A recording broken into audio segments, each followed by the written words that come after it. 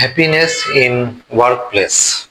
এই happiness in workplace যে সেশনটা recently আমি করেছি, এখান থেকে আমার একটা জিনিস খুবই স্ট্রাইকিং মনে হয়েছে। এই জিনিসটা আমি খুবই আনন্দের সাথে শেয়ার করতে চাচ্ছি যে আপনি আপনি আসলে কিসের মধ্যে আছেন।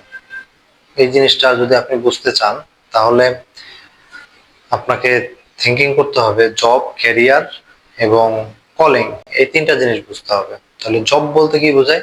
জব বলতে বোঝাচ্ছে যে আপনি একটা কাজ করতেছেন জাস্ট বেতনের উদ্দেশ্যে। জব উইথ পেমেন্ট, মানে আপনি পেমেন্ট পাচ্ছেন না চাকরি করতে, এখানে তেমন কোনো আনন্দ নাই, তেমন কোনো আগ্রহ নাই, আপনি জাস্ট করার জন্য করতেছেন, টাকা পাওয়ার জন্য। এটাতে এক ধরনের ক্যাটাগরি। আরেক ধরনের ক্যাটাগরি হচ্ছে যে আপনি জবটা করতেছেন করার জন্য, কিন্তু এখানে জবটা করতেছেন সম্মানের জন্য, জবটা করতেছেন আপনি পদবি বাড়ানোর জন্য, এটার জন্য আপনি কিছু পরিশ্রম করতেছেন। তো এটা হচ্ছে ক্যারিয়ার, মানে আপনি ক্যারিয়ার ফোকাস।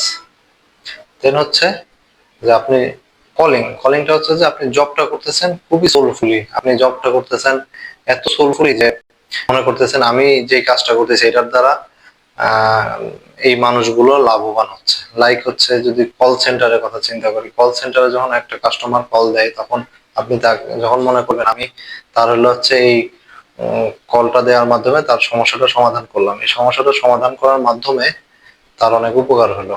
আপনি একটা মানুষকে কোনো সেবা দিচ্ছেন, সেবা দেওয়ার ক্ষেত্রে মনে করছেন আমি সেবা দেওয়ার মাধ্যমে তার প্রবলেমটা সলভ হচ্ছে। আপনি একটা অর্গানাইজেশনে কাজ করতেছেন, আপনি অর্গানাইজেশনের প্রত্যেকটা কাজ খুব আনন্দের সাথে করতেছেন, এটা হচ্ছে যে কলিং। এইভাবে যখন আপনি সোলফুলি করবেন তখন দেখবেন যে আসলেই কাজটাতে আপনি মজা পাবেন, এবং কাজটাতে মজা পেলে সেটার রেজাল্টটা অনেক অনেক ভালো হয়। এখন আমি যদি একটা বাচ্চার ক্ষেত্রে চিন্তা করি, যে একটা বাচ্চা একটা পরিবারে জন্ম নিল, এখন তার বাবা মা চিন্তা করলো যে তাকে জাস্ট আমি লালন পালন করার উদ্দেশ্যে আমি বাচ্চাকেই করব। সে যেহেতু আমার বাচ্চা, তার আমি দায়িত্ব নিলাম। তো দায়িত্ব নিয়ে আমি জাস্ট, সে মনে করেন বড় হলো, সে স্কুলে গেল বা কলেজে গেল, তার টাকা দিল এবং বাচ্চা হিসাবে সে পড়াশোনা করলো। এর ফলে কিন্তু ইমোশনাল কানেকশন হইলো না, এটা জাস্ট আর কি ভরণ পোষণ। এবং দেখা গেল যে সে জবটা করলো, জবের মাধ্যমে সে তার ফ্যামিলির টাকা পেল, এটা জাস্ট করার জন্য করা। আর আরেকটা ক্যাটাগরি আছে ক্যারিয়ার, যে বাবা মা হচ্ছে বাচ্চাকে বড় করতেছে, পাশাপাশি চিন্তা করলো যে আমার প্রেস্টিজ একটা ইম্পর্টেন্ট, যে আমার বাচ্চা যদি ডাক্তার না হয়, আমার বাচ্চা যদি ইঞ্জিনিয়ার না হয়, তাহলে তো আমার প্রেস্টিজ নষ্ট হয়, ক্যারিয়ার নষ্ট হয়ে যাবে। তাহলে বাচ্চার যে ক্যারিয়ারকে বিল্ড আপ করার জন্য তাকে অনেক পুশ করলো, তাকে অনেক ভয় দেখালো, তাকে অনেক কথা শোনাইলো। এর ফলে বাচ্চা ভয় পেয়ে যায়, তো ভয়ে ভয়ে সে পড়াশোনা করে। এটার মাধ্যমে বাচ্চার মা বা বাবার সাথে ডিসকানেক্টেড হয়ে যাচ্ছে।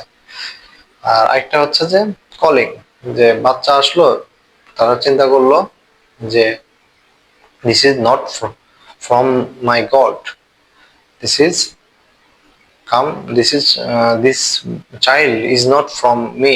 এই বাচ্চাটা আমার কাছ থেকে আসে নাই, this this child is come to me from god.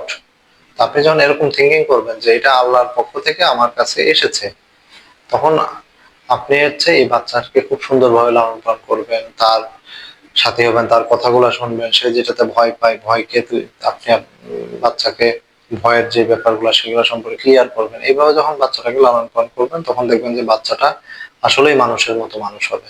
পৃথিবীতে জাস্ট হচ্ছে যত প্রাণী আছে সব প্রাণীকেই বলা হয় প্রাণী, যেমন ছাগলকে ছাগল বলা হয়, গরুকে গরু বলা হয়, বাট মানুষকে কিন্তু মানুষ বলা হয় না।